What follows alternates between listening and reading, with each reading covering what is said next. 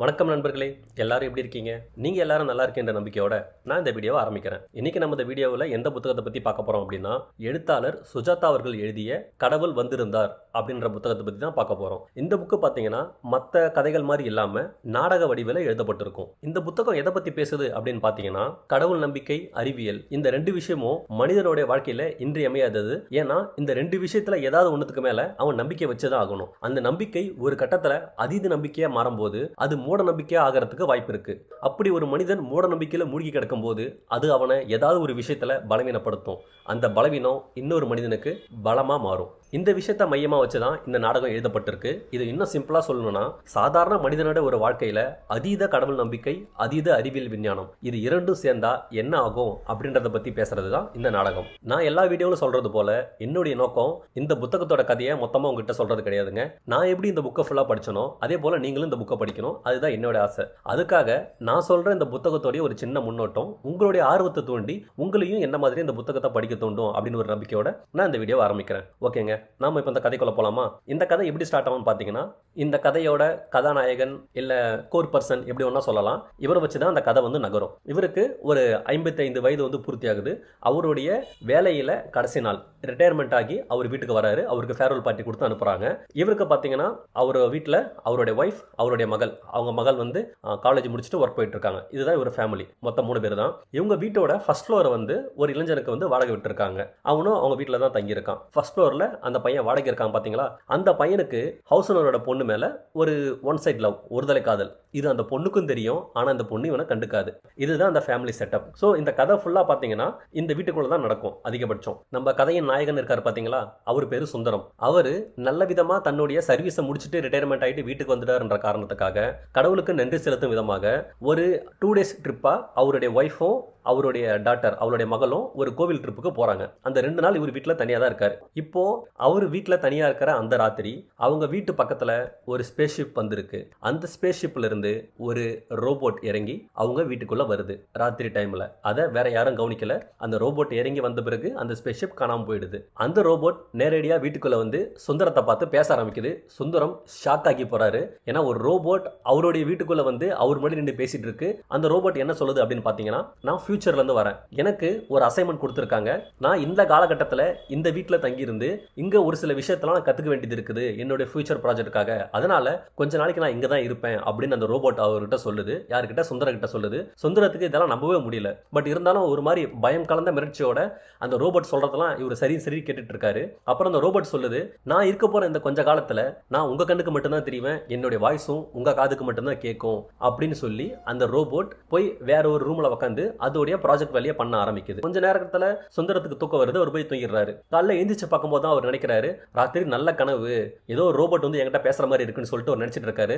அப்பதான் தெரியுது அந்த ரோபோட் அவர் வீட்டுல உண்மையாவே சுத்திட்டு இருக்கு. சோ ராத்திரி நடந்தது கனவு கிடையாது, உண்மை அப்படின்ற விஷயம் சுந்தரத்துக்கு தெரிய வருது. சுந்தரமும் அந்த உண்மையை அக்செப்ட் பண்ணிட்டு 2 days அவங்க வீட்டுல யாரும் கிடையாது. அந்த ஃபர்ஸ்ட் ஃப்ளோர் இருக்க பையன் மட்டும் தான் இருக்கான். அவனும் வேலைக்கு போயிட்டு நைட்டு தான் வருவான். இங்க பிரச்சனை கிடையாது. கோவிலுக்கு போன அவருடைய ஒய்ஃபும் மகளும் திரும்ப வர 2 நாள் ஆகும். இந்த 2 நாள் அவர் அந்த ரோபோட் கிட்ட ரொம்ப ஃப்ரெண்டு மாதிரி பேசி பழக ஆரம்பிக்கிறாரு. அவருக்கு பெருசா வெளியே போற வேலை கிடையாது. அந்த ரோபோட்டும் இவருக்கு என்னென்ன விஷயம்லாம் தெரியணுமோ அது எல்லாத்தையும் சொல்லி கொடுக்குது. ஃபியூச்சர்ல எப்படி இருக்கும், என்னென்ன டெக்னாலஜி எல்லாம் வரும், அடுத்து என்ன நடக்க போகுது அப்படின்ற நிறைய விஷயத்த அந்த ரோபோட் அவருக்கு சொல்லி கொடுக்குது. 2 days கழிச்சு கோவில் ட்ரிப்புக்கு போன சுந்தரத்தோட மனைவியும் அவருடைய பொண்ணும் வீட்டுக்கு வராங்க.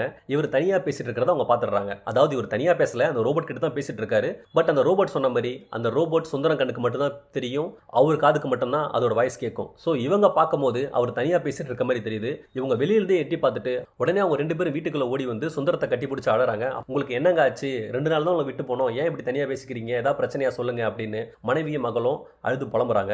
சுந்தரத்துக்கு இந்த சமயத்துல என்ன சொல்றதுன்னு புரியல. அதனால நடந்த உண்மையை சொல்றாரு. இந்த மாதிரி தன்னோட வீட்டுல ஒரு ரோபோ வந்துச்சு, அது இப்போ என் முன்னாடி தான் இருக்கு, என்கிட்ட தான் பேசிட்டு இருக்கு அப்படின்னு சொல்றாரு. ஆனா இதெல்லாம் நம்புற மாதிரியா இருக்கும். பொண்ணும் சரி மனைவியும் சரி அவரை நம்பல. ஆனா அவரு தன்னுடைய மனைவியும் மகளும் தன்னை நம்பலன்றதுக்காக இன்னும் கோவம் அடைறாரு. என் முன்னாடி தான் இருக்கு பாரு, என் முன்னாடி தான் அந்த ரோபோட் பேசிட்டு இருக்கு, கேளுங்க அப்படின்னு சொல்லிட்டு சொல்றாரு. அதை பார்க்கும்போது இவங்களுக்கு எப்படி இருக்கும், தனியா தனியாக ஒருத்தன் கோவப்பட்டு தனியாக ஒருத்தன் பேசிட்டு இருக்கான்றப்ப ஆப்வியஸாக அவருக்கு ஏதோ ஆயிடுச்சுன்னு தான் நினைப்பாங்க. ஸோ சுந்தரத்தோட மனைவியும் அவரோட பொண்ணும் அவர் எவ்வளோ கன்வின்ஸ் பண்ண ட்ரை பண்ணுறாங்க. அவரை கன்வின்ஸ் பண்ண அவருக்கு ரொம்ப கோவம் அதிகமாகி அவர் டென்ஷன் ஆகி கத்தவே அவருக்கு மயக்கம் வந்து கீழே விழுந்துடுறாரு. அந்த சமயம் பார்த்து அவங்க வீட்டில் தங்கியிருக்காங்க பார்த்தீங்களா, ஃபர்ஸ்ட் வரல அந்த பையன் வரான். அவன் வந்து பார்த்துட்டு சாருக்கு என்னாச்சு அப்படின்னு சொல்லிட்டு கேட்டுட்டு அவரை கூட்டு போய் ஹாஸ்பிட்டல் அட்மிட் பண்ணுறான். சுந்தரத்தை ஹாஸ்பிட்டல் அட்மிட் பண்ணிட்டு எல்லாரும் அங்கே ஹாஸ்பிட்டலில் வெயிட் பண்ணுறாங்க. இப்போ டாக்டர் என்ன விஷயம் சொல்கிறார் அப்படின்னு பார்த்தீங்கன்னா, இவர் கிட்டத்தட்ட 30-40 வருஷமா அவர் ஆஃபீஸில் ஒர்க் பண்ணியிருக்காரு. எல்லாரும் கூடயும் சகஜமாக பேசி பழகிட்டாரு. இப்போ திடீர்னு அவருக்கு வேலை இல்லை, அவர் சுற்றி யாரும் இல்லை, அவர் வேலை வாங்குறதுக்கும் வேலை செய்கிறதுக்கும் எதுவுமே இல்லைன்ற சுச்சுவேஷனில் ஒரு வீட்டில் இருக்கும்போது அவருக்கு இந்த மாதிரி ஒரு மனப்பிளர்வு வர்றது சகஜம்தான், இதை சரி பண்ணிடலாம், ஒன்றும் பயப்படாதீங்க அப்படின்னு அவருக்கான சில மருந்து மாத்திரைகள் ட்ரீட்மெண்ட்லாம் சொல்லி கொடுத்து அவங்கள வீட்டுக்கு அனுப்புகிறாங்க. சுந்தரம் மட்டும் இன்னொரு 2 days ஹாஸ்பிட்டலில் இருக்கணும் அப்படின்னு சொல்கிறாங்க.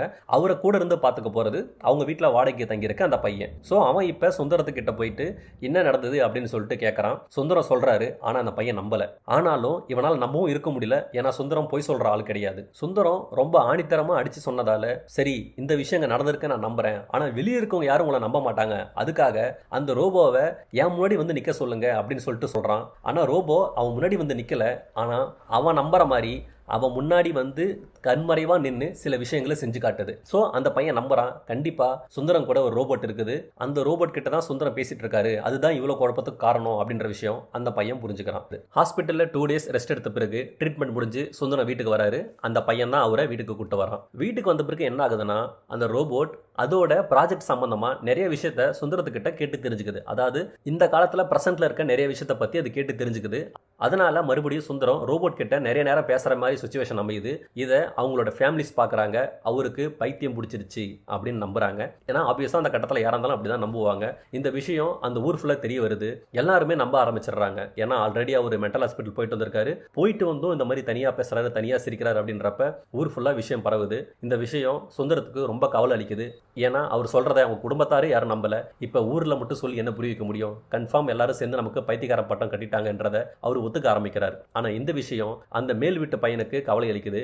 அவன் மட்டும் சுந்தரத்துக்கு ஹெல்ப்பாக இருக்கான். அப்போ அவன் சுந்தரத்துக்கு ஒரு ஐடியா கொடுக்குறான். உங்களை எல்லாரும் பைத்தியம்னு சொல்லி முடிவு பண்ணிட்டாங்க, அந்த விஷயத்தை இனிமேல் வெளியே போய் நம்ம சொல்லி மாற்ற முடியாது, இந்த ரோபோ இன்னும் எவ்வளோ நாள் இங்கே இருக்குன்னு நமக்கு தெரியாது, அதனால இது எல்லாத்துக்கும் சேர்த்து என்கிட்ட ஒரு ஐடியா இருக்கு உங்களை காப்பாற்றுறதுக்கு அப்படின்னு நம்ம சொல்றான். அவரு என்னன்னு கேட்குறாரு. அப்போதான் இவன் சொல்றான், இந்த ரோபோட் ஃபியூச்சரில் நடக்கிற எல்லா விஷயத்தையும் உங்ககிட்ட சொல்லுது, நாம ஏன் இதை ஒரு குறி சொல்ற மாதிரி பயன்படுத்தி கூடாது, மக்களுக்கு கடவுள் மேல அதீத ஆர்வம், நமக்கு அறிவியலே துணை இருக்கு, நாம எல்லாருக்கும் குறி சொல்ற மாதிரி ஒரு விஷயத்தை ஆரம்பிப்போம், அதுவே உங்களுக்கு டைம் பாஸ் ஆயிடும்ல, நீங்க பண்ற அந்த வேலை கண்டிப்பா நான் உங்களுக்கு துணை இருப்பேன் அப்படின்னு அந்த பையன் சொன்ன பிறகு சுந்தரம் இதை சீரியஸா எடுத்துக்கிட்டு அவன் சொன்ன மாதிரியே குறி சொல்ல ஆரம்பிக்கிறாரு. அதாவது ஜனங்கள் எல்லாம் வர சொல்றாரு, அவங்களுக்கு என்ன பிரச்சனைன்னு சொல்லிட்டு கேட்கறாரு, அந்த பிரச்சனைக்கு என்ன சொல்யூஷன், அவங்களுக்கு ஃபியூச்சர்ல என்ன நடக்க போகுது அப்படின்ற விஷயத்த அந்த ரோபோட் மூலமா கேட்டு இவரு சொல்றாரு. ஆனா இவர் ரோபோட் கிட்ட பேசுறத எல்லாரும் கடவுள் கிட்ட பேசுறதா நம்புறாங்க. முதல்ல சின்னதா ஆரம்பிச்ச இந்த விஷயம் அதுக்கடுத்து ரொம்ப பெருசா மாறுது, ஊரு ஃபுல்லா இந்த விஷயம் பரவுது. ஏன்னா சுந்தரம் என்ன சொன்னாலும் அது அப்படியே நடக்குது.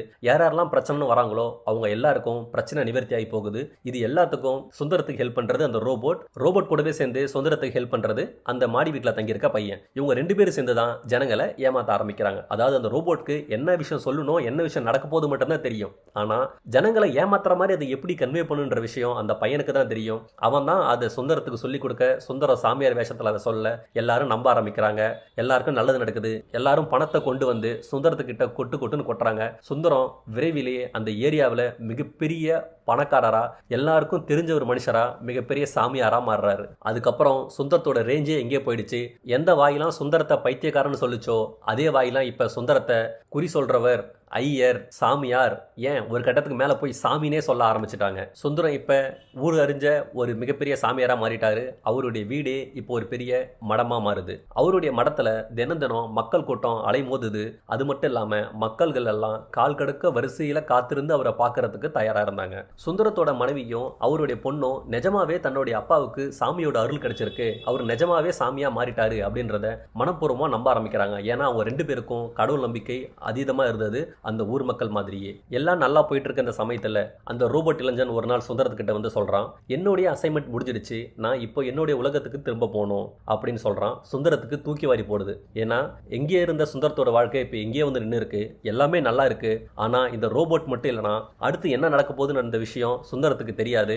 அதை மக்கள்கிட்ட சொல்லி பணம் வரிக்க முடியாது. இப்போ அந்த ரோபோட் போயிட்டா சுந்தரத்தால் இது எப்படி சமாளிக்க முடியும்? இந்த பயம் அவர் ஆட்கொண்டுடுச்சு. இந்த விஷயம் அவர் அந்த ஃபர்ஸ்ட் ஃப்ளோரில் தங்கியிருக்கான் பார்த்தியா பையன், அவர்கிட்ட வந்து இவர் எடுத்துகிட்டு போகிறார் இந்த மாதிரி நடக்க போகுது அப்படின்னு. அப்போ தான் அந்த பையன் சொல்கிறான், இவ்வளோ நாள் அந்த ரோபோட் கூட இருந்து நான் எல்லாத்தையும் நான் கற்றுக்கிட்டேன். அதாவது ஒரு விஷயத்தை எப்படி ப்ரெடிக்ட் பண்ணணும், அதை ஜனங்களுக்கு எப்படி சர்வ் பண்ணணுன்றதை நான் கற்றுக்கிட்டேன். எந்த விஷயமா இருந்தாலும் பரவாயில்ல, அந்த ரோபோட்டை நல்ல விதமாக அனுப்பி வைங்க, இனி நடக்கிறத நான் கூட வந்து பார்த்துக்கிறேன். அவன் சுந்தரத்துக்கு தைரியம் சொல்லி ரோபோட்டை வழி அனுப்பி வைக்கிறாங்க. ரோபோட் கிளம்பி போகுது. இதுக்கப்புறம் வர நாட்கள் சுந்தரத்துக்கு முதல் மாதிரி ரொம்ப எளிமையாக இல்லை, ரொம்பவே கஷ்டமாக இருக்குது. ஆனால் அந்த பையன் கூட இருந்து சுந்தரத்துக்கு ரொம்ப உதவி பண்ணுறான். பெரும் பணக்காரர்களாக இருந்து வர பக்தர்களுக்கு சைக்காலஜிக்கலாக பேசி அவங்கள அட்ராக்ட் பண்ணுறதுக்கும், சாதாரண சாமானிய மக்கள் வரும்போது அவங்களுக்கு கண்கட்டி வித்தைகளை காட்டி அவங்கள ஏமாத்துறதுக்கும் அந்த பையன் ஃபுல்லாக ட்ரைன் இருந்தான். அவனுடைய அந்த ட்ரிக்ஸ் எல்லாமே சுந்தரத்துக்கு ஹெல்ப் பண்ணி சுந்தரம் பழையபடி, அதாவது ரோபோட் இருக்கும்போது எப்படி ஃபங்க்ஷன் ஆனாரோ அதே போல ஜனங்கள்கிட்ட அட்ராக்ட் பண்றதுக்கு தயாரா இருந்தாரு. அவங்களுடைய அந்த சாமியார் வியாபாரம் நல்லாவே போயிட்டு இருந்துச்சு. இது எல்லாத்துக்கும் காரணம் அந்த பையன் தான். ஸோ இப்போ சுந்தரத்தால அந்த பையன் இல்லாம எதுவுமே பண்ண முடியாது. அவன் தான் இப்போ எல்லாத்துக்கும் மாஸ்டர் மைண்ட். இப்போ இவ்வளோ நாளா நல்லவனா இருந்த அந்த பையன் அவனுக்குள்ள இப்போ ஒரு கிரே ஏரியா வர ஆரம்பிக்குது. நான் ஆரம்பத்திலே சொன்னது போல அந்த பையனுக்கு சுந்தரத்தோட பொண்ணு மேல ஒரு ஒன் சைட் லவ். ஆனா அந்த பொண்ணுக்கு அவனை கண்டாலே பிடிக்காது. இவருக்கும் இப்போ அந்த பையன் தேவைதான். ஆனால் தன்னுடைய பொண்ணை கொடுக்குற அளவுக்கு இவர் ஒன்றும் நல்லவரும் கிடையாது. ஏன்னா அவன் சாதாரணமாக எந்த ஒரு வேலை வெட்டி இல்லாமல் வேலை தேடுறதுக்காக ஊருக்கு வந்து இவரோட வீட்டில் வாடகைக்கு தங்கியிருக்க ஒரு பையன். அவனுக்கு பொண்ணு கொடுக்கறதுக்கு சுந்தரம் நிஜமாக சம்மதிக்க மாட்டார். அது மட்டும் இல்லாமல் சுந்தரத்தோட ஒய்ஃபும் சம்மதிக்க மாட்டாங்க. ஆனால் இது நார்மலாக இருக்கும்போது இப்போ விஷயம் வேற. சுந்தரத்துக்கு அந்த பையன் ரொம்ப முக்கியம். இதை நல்லா தெரிஞ்சுக்கிட்ட அந்த பையன் சுந்தரத்துக்கிட்ட இப்போ ஒரு காய் நகர்த்துறான். என்ன சொல்கிறான்னா, நம்ம ரொம்ப நாள் இதே போர்வில் இருக்க முடியாது, நம்ம பிஸ்னஸை அடுத்த கட்டத்துக்கு கொண்டு போகணும், இல்லைனா கூடிய சீக்கிரத்தில் நம்ம ஃப்ராடுன்னு தெரிஞ்சு நம்ம போலீஸ்கிட்டையோ அரசாங்கத்துக்கிட்டையோ மாட்ட வாய்ப்பு இருக்கு அப்படின்னு சொல்லி இவன் ஒரு பிஸ்னஸ் ப்ரொபோசலை முன் வைக்கிறான். அவன் கொடுத்த அந்த ஐடியா சுந்தரத்துக்கு ரொம்பவே பிடிச்சிருக்கு. ஆனால் அதுக்கு பதிலாக அந்த பையன் சுந்தரத்துக்கிட்ட ஒன்று கேட்குறான். அது, நான் உங்கள் வீட்டுக்கு மருமகனாக வர ஆசைப்படுறேன், உங்கள் பொண்ணை எனக்கு கல்யாணம் பண்ணி கொடுங்க அப்படின்னு அந்த பையன் கேட்குறான். உள்ளூரே இந்த விஷயம் சுந்தரத்துக்கு சுத்தமாக பிடிக்கலனாலும் இப்போ சுந்தரம் இருக்கிறது ரொம்ப டேஞ்சரஸ் பொசிஷன். இந்த பையன் இல்லாமல் சுந்தரத்தால் அந்த சாமியார் பிஸ்னஸை பண்ண முடியாது. இன்கேஸ் இவன் வேணாலும் வெளியே அனுப்பிட்டா சுந்தரத்தை ஊர் மக்கள் மட்டும் இல்ல, அவங்க குடும்பத்தில் இருக்க அவனோட மனைவி மக்களுமே அவர் ஏத்துக்க மாட்டாங்க, அவரை துரோகின்னு சொல்லி வெளியே அனுப்பிடுவாங்க. ஏன்னா சுந்தரம் இப்ப நடத்திட்டு இருக்கிறது சாமியார் வேஷம், சாமி பேரை சொல்லி படிச்சுட்டு இருக்காரு. இந்த சீரியஸஸ் தெரிஞ்ச சுந்தரம் வேற வழி இல்லாம ஓகே தன்னுடைய பொண்ணை கட்டி கொடுக்க சம்மதிக்கிறேன்னு சொல்றாரு. ஆனா சுந்தரத்தோட பொண்ணுக்கு அந்த பையனை கண்டாலே சுத்தமா பிடிக்காதுன்னு ஆல்ரெடி சொல்லியிருக்கேன். இப்போ சுந்தரமும் அந்த பையனும் என்ன பண்றாங்கன்னா, அந்த பொண்ணையும் சுந்தரத்தோட ஒய்ஃபையும் சம்மதிக்க வைக்கிறதுக்காக இவ்வளவு நாளா கடவுள் பேரை சொல்லி ஊரை ஏமாத்திருந்தவங்க ரெண்டு பேரும் இப்ப வீட்டையே ஏமாத்த ஆரம்பிக்கிறாங்க. எப்படி ஏமாத்துறாங்கன்னா, கடவுளே நேரில் வந்து சுந்தரத்துக்கிட்ட இந்த பையனை சுந்தரத்தோட மருமகனாக மாற்றிக்கணும், அதாவது சுந்தரத்தோட பொண்ணை கட்டி கொடுத்து அவனை இந்த வீட்டில் மருமகனாக மாற்றி இந்த குடும்பத்தோட வச்சுக்கணும் அப்படின்னு கடவுளே சொன்னதா சுந்தரம் தன்னுடைய மனைவி கிட்டையும் மகள் கிட்டையும் சொல்கிறாரு. கடவுள் நம்பிக்கையும் மூட நம்பிக்கையும் தலையிலேருந்து கால் வரைக்கும் முழுசாக ஊறி போன சுந்தரத்தோடைய மகளும் மனைவியும் இதை முழுசாக நம்புகிறாங்க. அதனுடைய விளைவு அந்த பையனுக்கும் சுந்தரத்தோட பொண்ணுக்கும் கல்யாணம் நடக்குது. தன்னுடைய மகள் கல்யாணம் நல்லபடியாக முடிஞ்ச பிறகு சுந்தரம் தன்னுடைய மாடி வீட்டு பையன் இப்போ மருமகனாக ஆகிட்டான். அவங்க கூட சேர்ந்து பிஸ்னஸை அடுத்த லெவலுக்கு கொண்டு போகிறதுக்கான முயற்சிகளை ஈடுபட்டு இருக்காரு. அப்பா ஒரு மைண்ட் வாய்ஸில் ஒரு டைலாக் ஓடுது, நான் உண்மையை சொன்னேன், ஒரு பயிலும் என்னை நம்பலை, எல்லாரும் என்னை பைத்தியக்காரன்னு சொன்னாங்க, என் குடும்பத்தாரும் சேர்ந்து நான் பொய்யா சொல்கிறேன், எல்லாரும் ஆமா ஆமான்னு தலையாட்டுறாங்க, என்ன சாமின்னு சொல்கிறாங்க, என்னடா உலகம் இது அப்படின்னு ஒரு டைலாக்கோட இந்த கதை முடியுதுங்க. இப்போ நான் சொன்னது எல்லாமே இந்த புத்தகத்தோட ஒரு 10% தாங்க, 10% தான். இது ரொம்ப பெரிய கதை, இதுக்குள்ள நிறைய கண்டென்ட் இருக்கு. அறிவியல், விஞ்ஞானம், தெய்வ நம்பிக்கை, மூட நம்பிக்கை, மனிதனுடைய மனநிலைமை, நல்லவனா இருக்க ஒருத்தன் ஒரு மனிதனுடைய பலகீனத்தை எப்போ பயன்படுத்தி அதை தன்னுடைய பலமா மாத்திக்கிறான், இந்த மாதிரி நிறைய விஷயங்கள் இந்த புத்தகத்தில் இருக்கு. ஸோ நீங்க படிக்கும்போது உங்களுக்கு இது உள்ள நிறைய சர்ப்ரைசிங் எலமெண்ட்ஸ் இருக்கு. எக்ஸாம்பிள் சொல்லணும்னா, இந்த ஹவுஸ் ஓனரோட பொண்ணு இருக்காங்க பார்த்தீங்களா, அந்த பொண்ணு வேற ஒரு பையனை லவ் பண்ணும். அந்த பொண்ணு வேற ஒருத்தனை லவ் பண்றது அந்த பொண்ணோட அப்பாவுக்கு, அதாவது சுந்தரத்துக்கும் தெரியும். அந்த வீட்டில் வாடகைக்கு தங்கியிருக்கான் பார்த்தீங்களா, அந்த பொண்ணை ஒன் சைடை லவ் பண்ணிட்டு அவனுக்கும் தெரியும். ஆனாலும் டைம் பார்த்து இந்த பையன் அந்த லவ்வை கவுத்து விட்டுட்டு அந்த பொண்ணை இவன் கல்யாணம் பண்ணிக்க பிளான் போடுவான். இதுக்கு காரணம் அந்த பொண்ணுக்கு இருக்கிற அதீத தெய்வ நம்பிக்கை. அந்த அதீத தெய்வ நம்பிக்கையை இவன் மூட நம்பிக்கையா மாற்றி எப்படி அவங்கள ஏமாத்தலான்றது ஒரு சைட் ஸ்டோரியா வரும். இந்த புத்தகத்தில் எனக்கு ரொம்ப பிடிச்ச விஷயம் பார்த்தீங்கன்னா, இந்த கதை வந்து ஒரு பிராமண சமுதாயத்தை சார்ந்து எழுதப்பட்டிருக்கும். அதாவது இந்த சுந்தரம் வந்து பார்த்தீங்கன்னா ஒரு பிராமணர், அவங்க வீட்டில் இருக்க எல்லாமே பிராமணர்கள் தான். அவங்களுடைய பேச்சு வழக்கு எப்படி இருக்கும், அவங்களுடைய வாழ்க்கை முறை சம்பிரதாயங்கள்லாம் எப்படி இருக்கும், அவங்களுடைய தெய்வ நம்பிக்கைன்றது அந்த தெய்வ நம்பிக்கைக்கு ஊடாக விஞ்ஞானமும் மூட நம்பிக்கையும் சேர்ந்தா எப்படி இருக்கும் அப்படின்றத பற்றியும் ரொம்ப அழகாக பேசியிருப்பாங்க. எனக்கு அது ரொம்ப பிடிச்சிருந்தது படிக்கிறதுக்கு. ரெண்டாவது விஷயம் பார்த்தீங்கன்னா, கடவுளை பற்றி பேசும்போது எப்பயுமே அதுக்கு அகேன்ஸ்டாகவும் ஒரு குரூப் இருக்கும், அதுக்கு ஆதரவாகவும் ஒரு குரூப் இருக்கும். அதே போல் சயின்ஸை பற்றி பேசும்போதும் அதுக்கு அகேன்ஸ்டாக ஒரு குரூப் இருக்கும், ஆதரவாக ஒரு குரூப் இருக்கும். சயின்ஸையும் கடவுளையும் நேரெதிராக நிற்க வச்சு பார்த்தா அங்கே நடக்கிற ஒரு விவாதம்ன்றது எண்ட்லெஸ், அது முடிவே இல்லாமல் போயிட்டு இருக்கும். கடவுளுக்கும் அறிவியலுக்கும் நடுவில் ஒரு கிரே ஏரியா இருக்குது, அதுதான் மூட நம்பிக்கை. இங்கே தான் மெஜாரிட்டி ஆஃப் த பீப்புள் மாட்டிட்டு இருக்காங்க. அதை பற்றி பேசுறது தான் இந்த கதையோட கோர் பாயிண்ட்டு. அது ரொம்ப நகைச்சுவையாகவும் கொஞ்சம் சீரியஸாகவும் கொண்டு போயிருப்பாங்க. அதுதான் இந்த புத்தகத்தோட ஒரு பெரிய பலமே. அவ்வளோதான் நண்பர்களே, உங்களுக்கு டைம் கிடைச்சா கண்டிப்பாக அந்த புத்தகத்தை வாங்கி படிங்க. சுஜாதாவுடைய கடவுள் வந்திருந்தார் நாடக தொகுப்பு உங்களுக்கு டெஃபினட்டாக பிடிக்கும். வேற ஒரு வீடியோவில் வேற ஒரு புத்தகத்தை படிச்சு வந்து நான் உங்களை சந்திக்கிறேன். அது வரைக்கும் தேங்க்ஸ் ஃபார் யுவர் டைம். நன்றிகள்.